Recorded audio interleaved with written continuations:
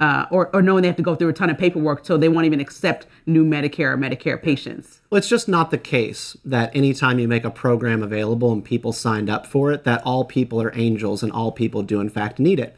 Human beings are quite smart. They can see opportunity and they know when to take advantage of systems that are not going to stop them from cashing certain checks. I think a key difference between Republicans and Democrats is that when you look at the Minnesota Housing Stabilization Program, which was started in the summer of 2020, right after the George Floyd incident, and Minnesota started sort of rolling the ball on all sorts of diversity, equity, and inclusion initiatives to try and fix systemic racism in the state of Minnesota, this program grew from like a $6 million program for housing stabilization for the homeless, the disabled, the mentally ill, to over $100 million over the course of just 4 years.